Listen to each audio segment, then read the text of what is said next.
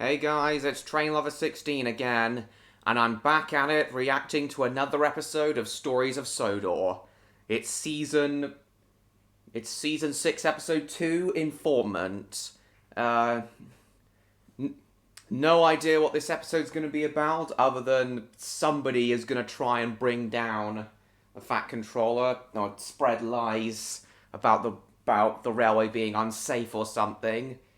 Well, exaggerations. It also looks like Francis and James are gonna have animosity with each other. Look at them staring at each other. They are gonna get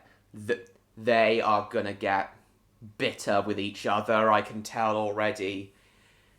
And some people are saying that it's one of the human characters that's the informant. Some people in the comments of the preview said it was Emily's crew, but I think it's going to be Francis. That was mainly because that was also hinted at in the trailer for season 6. So, is it Francis, and how will James and Francis's animosity play out? Let's find out. So let's begin the reaction in 3, 2, 1.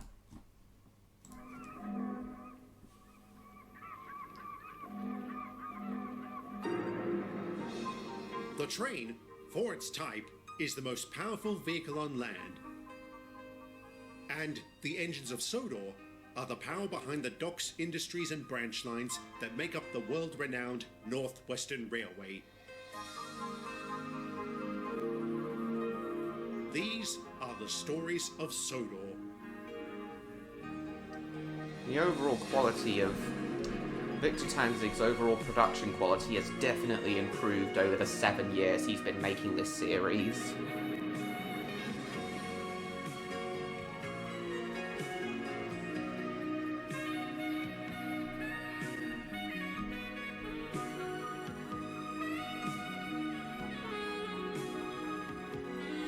Still no Thomas. Sad. It should go without saying that 1966 was warmly welcomed on Sodor. By this point, we had begun moving on from the events of the previous year and settled into a new normal. We were also kept very busy. On that note, it may surprise you to learn that despite our losses, our performance wasn't adversely affected. Something I failed to clarify in my last batch of stories was that Barry unofficially became Jeffrey's replacement after his rebuild, and when Peter died, Francis took over for him. Both engines were a real asset, but unsurprisingly, only one did all of his jobs without complaint. Oh, the shame of it. Give it a rest, Frank. My name is Francis, you cretin. Seymour, can you please bolt a metal plate over his mouth? I already tried. I couldn't find one big enough. Very droll, Mr. Phillips. I shouldn't have expected sympathy from lowlifes like you.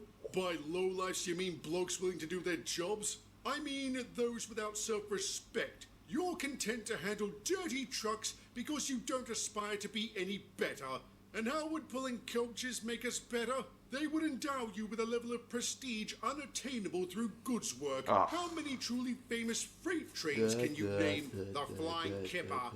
Sir Topham, just the man I wanted to see. You can save your breath, Francis. I'm not taking you off goods trains. But, sir, this is intolerable. I was not built for such degrading work. There is nothing degrading about doing your job. Exactly. Even if the task in question is beneath me, because you're an express engine. So are Gordon and Reginald, but they pull the occasional goods train. The operative word being occasional. I've been handling trucks for the past week. And how long has it been since you pulled coaches, Barry? I don't know, sir, but I'm happy to do whatever you need. That's good, because there's an upcoming rail tour in need of an engine. You want the job? Yes, sir. Thank you, sir. What? Why does he? Because I reward good behavior. And if you open your mouth again, you'll be handling trucks from now until Christmas. Do you understand? Wise decision. Now, changing the topic. Put him in James, his place. You'll never guess who's coming for a visit. Mr. Woolley. Really? That's great. Who's Mr. Woolley? Bernard Woolley. He used to be Sir Topham's deputy before he was transferred to head office. Failing upwards, I called it. What's the occasion, sir?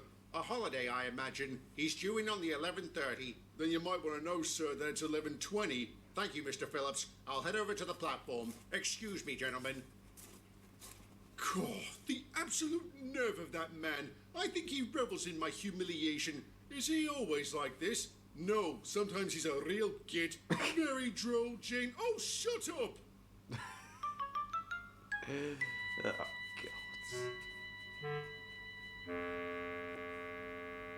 Oh, this is wonderful. I feel like I can actually breathe again. Miss the old place, do you? Every day. You're always welcome to come back. Would that I could, but I enjoy London and my work too much. And an interesting document came across my desk the other day with your name on it. I had to read it 3 times to make sure I wasn't hallucinating. Have you told the engines? Not yet. I'm waiting for the right time. I must say, I never thought the day so would Topham's come. probably May retiring not, now. But it's for the best. We'll be poor without you, Topham. It's so good to see you. You look great. All right, that's the 3rd good to see you and the 2nd you look great since you arrived. What's on your mind, Bernard? This isn't just a social call, Topham. I probably shouldn't be telling you this, but some other reports have been crossing my desk about you and Sodor. They haven't been kind. What do they say? They claim this region has been suffering from a lack of leadership. This has led to lapses in discipline, negligence, and deficiencies in daily operations. And who's been making these reports? I don't know. Their name has been redacted. Whenever I see that, it's to protect the identity of whistleblowers. So it could be one of my own people? I can't believe that. Neither can I. Whoever this person is, they've really got it out for you. So much so that head office is planning to launch a surprise inspection next probably week. Fine, Francis. let them come. We have nothing to hide. I didn't think you did, but I still feel you deserve to be warned. Glad to know you're still loyal, Bernard. After last year, this is all we need, I'll say. How do you think the engines will react? Oh, I know exactly how. Disgraceful! Disgusting! Despicable! Disdainful! Downright daft! I know, but we needn't work They don't stare at... Gordon, Henry, and James don't stare at the other engines in silence now. Disdainful! Downright daft! I know, but we needn't work ourselves up into a lather. Like I told Mr. Woolley, we have nothing to hide. Even so, sir, this inspection is bound to be a damn inconvenience. No doubt. Nevertheless, we will fully cooperate with the inspectors when they arrive, and try to look surprised when they get here. Good night, engines. What a load of rubbish. Who'd have the nerve to stab Sir Topham in the back like this? Well, my former crew weren't too chuffed when he gave them the nerve to stab Sir Topham in the back like this. Well, my former crew weren't too chuffed when he gave them the sack. Maybe Rob has another psychotic brother out there. Or maybe the informant isn't even human. You can't possibly mean one of us, James. No, I mean a certain spam can. Come on, James. Frank's a git, but I can't see him doing this. Why not? They've never gotten along. And he blames Sir Topham for constantly putting him on goods trains. Exactly. Even if it is him, how do we prove it? We watch him, especially when he's talking to the workers. He obviously couldn't have written the reports, but maybe he has an accomplice. And if it is him, we expose him for the rat he is, assuming nobody wants out. No? Alright, we'll start watching him tomorrow. And remember, the most important thing is to be stealthy. Yeah.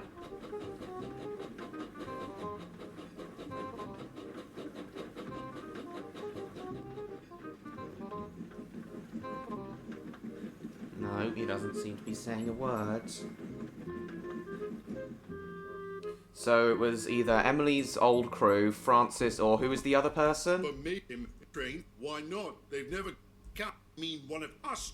Or maybe weren't too chuffed when he gave them the sack. Maybe Rob has another... Or another psychotic brother. Yeah. Yeah, that's the most unlikely. So it's either Emily's old crew or Francis. It's one of those two. I can feel it. I could be surprised, though. We'll just wait and see what happens.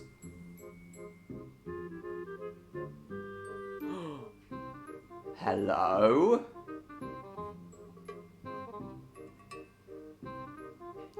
He's speaking to Francis. They're speaking to Francis. Oh. Spotted him.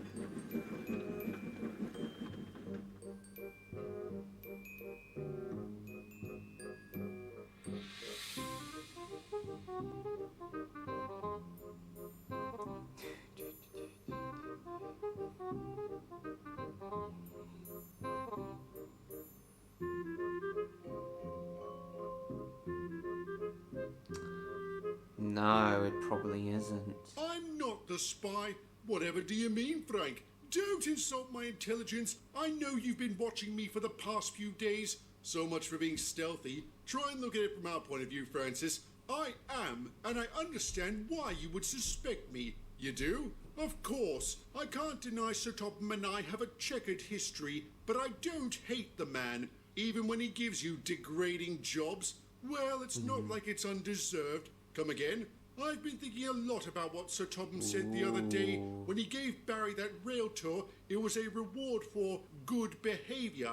In hindsight, he was right to do it. Why should he reward my whining and my insubordination? So now you love taking freight? No, but I will keep my disquiet to myself. Maybe then I can work my way into Sir Topham's good graces and take passengers again. In other words, you're hoping you'll be rewarded for good behaviour.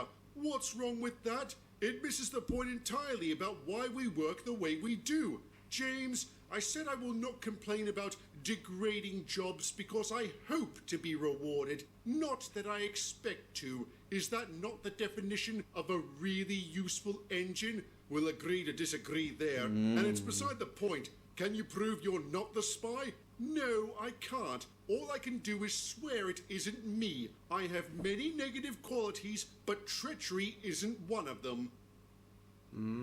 I buy that. Yeah, me too. Alright, it was a stupid thing to do and we're sorry. As you should be. If I was a lesser man, I wouldn't share with you my findings. About what? I don't want to say great minds think alike because that would be an insult, but it seems we share the same desire to identify this provocateur. You've been looking too? Indeed. I have made several inquiries among the workmen, asking if any of them have been approached by someone requesting information. That's what they Have do. they? Yes, quite a few. They thought nothing of it at the time. Perfectly innocent and reasonable questions, especially for someone new to the railway. New? Relatively speaking, they've been here less than a year. Who is it? Is this really necessary? Count your lucky stars we don't throw you in the ditch. And why would you throw Mr. Phillips into the ditch? Because we couldn't find a noose. Don't spies get hanged? Mr. Phillips, is this true? They make it sound worse than it is, sir. If there weren't witnesses, I'd punch you in the gob. What'd I ever do to you, mister? Nothing, sir. It wasn't personal. It was an assignment. I was sent by head office to work undercover. Oh my they're God. hanged. Throw Mr. Necessary. So- Who is it? It's Robert. Is this really necessary? Count your lucky stars we don't throw you in the ditch. And why would you throw Mr. Phillips into the ditch? Oh, Mr. Phillips. Because we couldn't Yes. find a That's noose. his name. Don't spies get hanged? Mr. Phillips, is this true? They make it sound worse than it is, sir. If there weren't witnesses, I'd punch you in the gob. What'd I ever do to you, mister? Nothing, sir. It wasn't personal. It was an assignment. I was sent by head office to work undercover. Why pick on us? Haven't we been through enough in recent times? Recent times are exactly why I was sent here. Sodor has always been held up as the crown jewel of British rail. For it to suddenly experience multiple disasters, we needed to know why. There's no great mystery, you twat. Some lunatic went on a rampage, but that lunatic wasn't responsible for everything, was he, James? I'll admit there were moments that were completely beyond your control, but I feel others could have been minimized or avoided entirely if not for your complacency. Complacency? Yes, you've all become too comfortable working under such lax conditions, and I'm afraid the blame for that must fall on leadership. Oh, poppycock! So Topham's leadership is the reason we survived last year so well. Exactly. Anyone who says otherwise is a damn fool. And your flagrant disregard for regulations? We disregard nothing. We always follow procedure. Maybe not religiously, but we never compromise on safety or efficiency. Exactly. Well, let's hope the inspectors agree with you. Can I assume you know about them? You can. Tell them we're ready for them. Just do it in person. Pack up your cloak and dagger and get out. Whatever you say, Sir Topham. Git. That was a nice thing you said, Francis. Indeed. Thank you very much. There's no need to thank me, Sir So Topham. I was. All I did was tell the truth. Nothing more. And I'm so sorry you've had to suffer such an indignity. And I'm sorry you had to suffer the suspicion of your colleagues. You know about that?